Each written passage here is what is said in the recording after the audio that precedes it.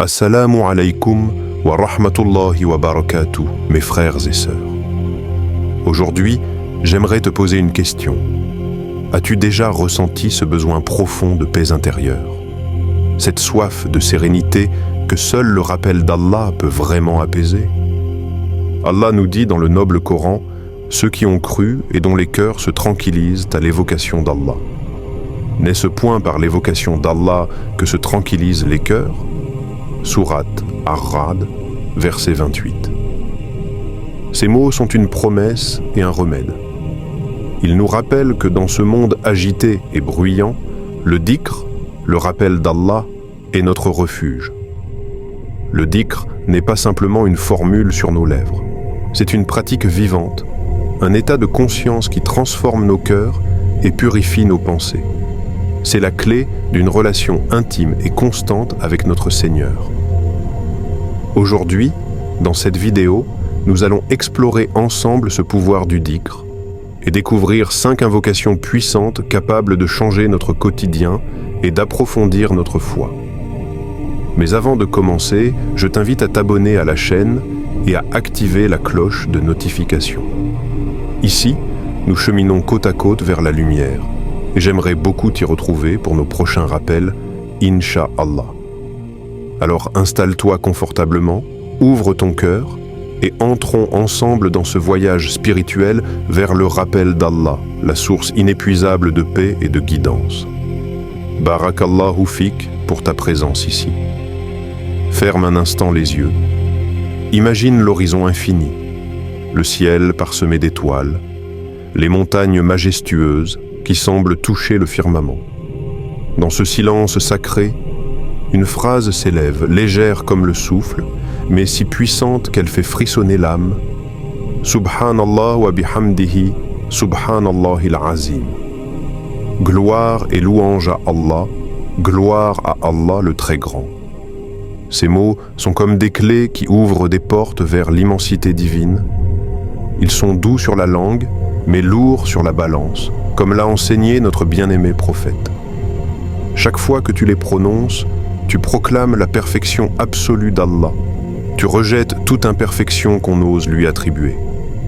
Tu te rappelles qu'il est pur, sans défaut, sublime au-delà de tout ce qu'on peut imaginer. Ce dhikr est un acte d'adoration, mais aussi une confession humble. Ya Allah, je reconnais ta grandeur et je m'incline devant ta perfection.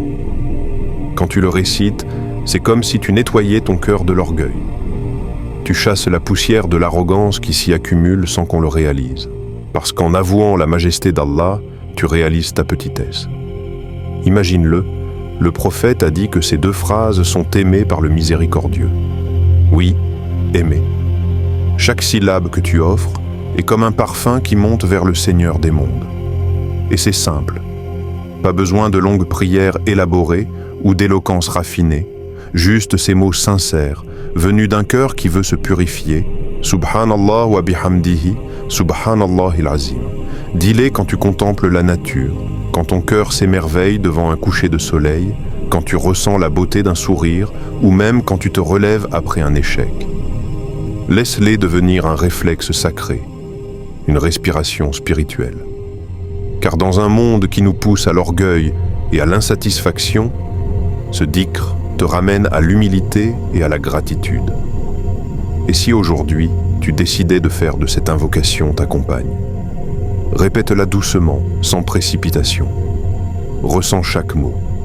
Ressens ta proximité avec celui qui n'a ni limite ni défaut. Qu'Allah illumine nos langues de son rappel et purifie nos cœurs par sa louange. Astaghfirullah. Il y a des jours où ces mots me brûlent les lèvres. Pas parce qu'ils sont difficiles à prononcer, mais parce qu'ils m'obligent à affronter mes faiblesses. Dis-moi, toi aussi, tu as ces instants où tu te sens alourdi, comme si ton cœur portait un poids qu'il ne peut plus supporter. Des souvenirs d'erreurs, de paroles blessantes, de moments où tu as choisi la facilité plutôt que la droiture. Astaghfirullah. C'est bien plus qu'une phrase. C'est un cri du cœur, un aveu, un retour. Quand je le murmure, je me rappelle que j'ai failli.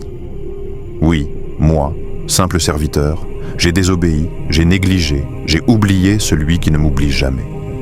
Mais dans ce mot, il y a une promesse, une main tendue. Parce qu'Allah n'est pas comme nous. Il n'est pas rancunier. Il aime pardonner. Il veut pardonner. Le prophète, pourtant pur de tout péché, répétait Astaghfirullah plus de 70 fois par jour. Imagine cela. Lui qui n'avait rien à se faire pardonner. Et moi, toi, combien de fois négligeons-nous ce rappel? Quand je dis Astaghfirullah, c'est comme si je lavais mon âme. Comme si j'ouvrais grand la fenêtre d'un cœur trop longtemps enfermé dans la honte et le remords. Je me dis, Ya Allah, je sais que j'ai fauté. Je reconnais mes erreurs. Mais je reviens vers toi. Je reviens parce que je n'ai pas d'autre refuge. Parce que je sais que toi seul peux effacer mes fautes et me redonner une nouvelle chance. C'est un mot qui libère, qui apaise, qui redonne espoir. Astaghfirullah, c'est la porte qui ne se ferme jamais. Peu importe la gravité de tes erreurs, la distance que tu as mise entre toi et Allah, il t'appelle encore. Reviens, je te pardonne. Alors prends un instant, pense à ce que tu portes en toi, respire profondément et laisse ces mots te purifier. Astaghfirullah, dis-les sans honte, dis-les avec larmes ou avec un sourire, dis-les encore et encore jusqu'à ce que ton cœur se sente léger. Parce qu'au fond, nous ne voulons pas être parfaits, nous voulons être pardonnés. Écoute-moi bien, parce qu'aujourd'hui, j'ai quelque chose d'important à te dire. Tu n'es pas obligé de porter tout seul le poids du monde. Tu n'as pas à tout contrôler. Tu n'as pas à tout réussir par ta propre force.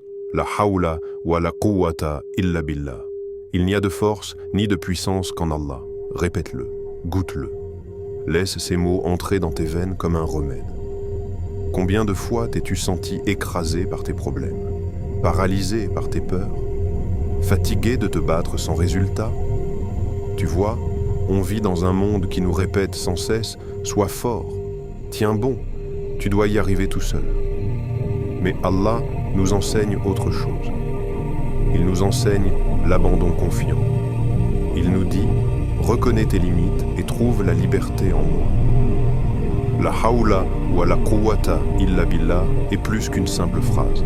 C'est un acte de libération. C'est dire à Allah « Je dépose mes fardeaux à tes pieds. Je m'en remets à ta puissance illimitée ». Le prophète a dit que ces mots sont un trésor parmi les trésors du paradis. Oui, un trésor. Et pourquoi? Parce qu'il brise les chaînes de l'orgueil. Il nous libère de l'illusion que nous contrôlons tout. Répète-les quand tu es bloqué, quand les portes se ferment, quand tes plans s'écroulent. Dis-les avec conviction. Je n'ai aucun pouvoir si tu ne me l'accordes pas, Ya Allah. Imagine commencer ta journée avec ces mots. Tu pars au travail, tu fais face aux défis, mais ton cœur murmure la hawla wa la quwwata illa billah. Tu entres dans une discussion difficile. Tu le répètes intérieurement. Tu fais face à une épreuve. Tu t'y accroches comme à une corde solide. C'est une formule qui t'apprend à lâcher prise, à remettre tes soucis entre les mains du Tout-Puissant. Et tu sais quoi? C'est là que la vraie force commence. Parce qu'en reconnaissant ta faiblesse, tu ouvres la porte à la force infinie d'Allah. Tu n'es plus seul. Tu n'es plus écrasé. Tu es porté. La hawla wa la quwwata illa billah. C'est ta bouée dans la tempête, ton abri dans la tourmente, la promesse qu'Allah ne te laissera jamais tomber. Ferme les yeux un instant. Respire profondément. Écoute ce mot qui a traversé les siècles, qui a franchi les cœurs, qui a soulevé des larmes et provoqué des sourires sincères. Alhamdulillah. Dis-le doucement, ressens-le. Louange à Allah. Quand tu ouvres les yeux sur un matin lumineux, dis Alhamdulillah. Quand tu sens la chaleur du thé ou du café entre tes mains, dis Alhamdulillah. Quand tu entends le rire d'un enfant, quand tu croises un regard bienveillant, même celui d'un inconnu, dis Alhamdulillah. C'est plus qu'un mot, c'est une attitude, c'est un art de vivre. Alhamdulillah est la reconnaissance pure, sans condition. Il ne dit pas louange à Allah seulement quand tout va bien. Non, il dit louange à Allah, point. Quand tu pleures de joie, dis-le. Quand tu pleures de douleur, dis-le aussi. Parce qu'au fond de chaque épreuve, il y a une sagesse. Au cœur de chaque don, il y a un rappel de sa générosité. Le prophète nous a appris que Alhamdulillah est l'un des mots les plus aimés d'Allah. Imagine offrir à ton Seigneur ce qu'il aime le plus, pas avec de l'or ou de l'argent, mais avec la sincérité de ton cœur. Alhamdulillah, c'est dire « Je reconnais, Ya Allah, que tout vient de toi, que ce que tu m'as donné est un cadeau, que ce que tu m'as repris est un test, que ce que tu m'as différé est une miséricorde. » Dis-le dans la maladie, dans la guérison, dans la pauvreté, dans l'abondance. Dis-le même quand tu ne comprends pas, parce que Alhamdulillah te transforme, il éduque ton cœur, il le libère de l'envie, de l'amertume, de la plainte, il te ramène à l'essentiel. Allah est Al-Hakim, le sage. Alors, imagine ta journée rythmée par ce mot. Tu perds tes clés, Alhamdulillah. Tu réussis un examen, Alhamdulillah. Tu prends un simple verre d'eau fraîche, Alhamdulillah. Chaque respiration est une occasion de le dire. Chaque battement de cœur est une preuve de sa faveur. Et si aujourd'hui tu décidais de le laisser fleurir sur ta langue à chaque instant, Alhamdulillah, un mot simple, un monde de gratitude, un cœur transformé. Écoute bien mon frère, ma sœur, ferme les yeux une seconde et laisse ces mots résonner dans ton cœur. La ilaha illallah. Il n'y a rien, absolument rien, qui mérite ton adoration, ta soumission, ton amour inconditionnel, sauf Allah. Ces mots, ce ne sont pas des syllabes jetées dans l'air. C'est un cri du cœur, un sceau gravé dans l'âme de celui qui croit. Tout ce qui t'entoure va s'effacer. Ton nom, tes biens, ta jeunesse, tes certitudes. Tout s'efface sauf lui. Quand tu dis « La ilaha illallah », tu renonces au faux refus. Tu déclares la guerre au mensonge qui te fait croire que le monde peut te sauver. Non. Seul lui, le vivant qui ne meurt jamais, peut vraiment combler ce vide que rien ne comble. Pense-y. Le prophète a dit « Celui dont les dernières paroles sont « La ilaha illallah » entrera au paradis. » Imagine. Le dernier souffle, le dernier battement de ton cœur est sur tes lèvres. La ilaha illallah. Et tout s'ouvre. Tout. Mais pour mériter ces derniers mots, il faut qu'ils vivent chaque jour sur ta langue et dans tes actes. C'est facile de le dire. Beaucoup le prononcent comme une clé, mais oublient de vivre comme des serviteurs. Rappelle-toi, La ilaha illallah, ce n'est pas qu'une phrase. C'est une direction. C'est la boussole de ton âme qui te rappelle que tout ce que tu recherches dans la création, c'est le Créateur qui te l'offre ou te l'enlève. Alors répète-la, au réveil, dans tes silences, quand tu luttes contre une tentation, quand tu doutes, quand tu es submergé. La ilaha illallah devient un bouclier invisible qui te rend libre, libre de tout sauf de ton Seigneur, et cette liberté-là, personne ne peut te l'enlever. As-tu remarqué? Quand le monde t'écrase, un seul souffle de ces mots peut rouvrir ton horizon. Répète-les doucement maintenant, là, sans rien demander d'autre.